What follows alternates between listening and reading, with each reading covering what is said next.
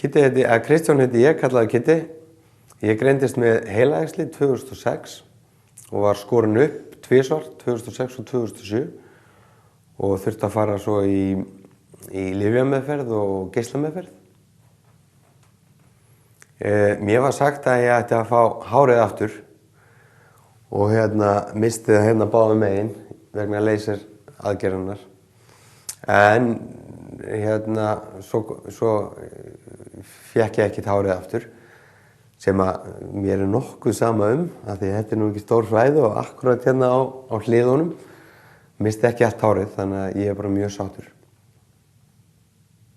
Tryggingamál, rétt áður en ég greindist með þetta, kom tryggingasali og ég var að kaupa alls konar tryggingar á honum, nema þessi strákur sem var að selja með tryggingarnar sagði mér að ég þyrfti ekki sjúkdómatryggingu. Ég þyrfti slysatryggingu og heimilistryggingu og allt þetta, en ég væri svo ungur að þetta væri bara skrítið að vera með einhverja sjúkdómatryggingu.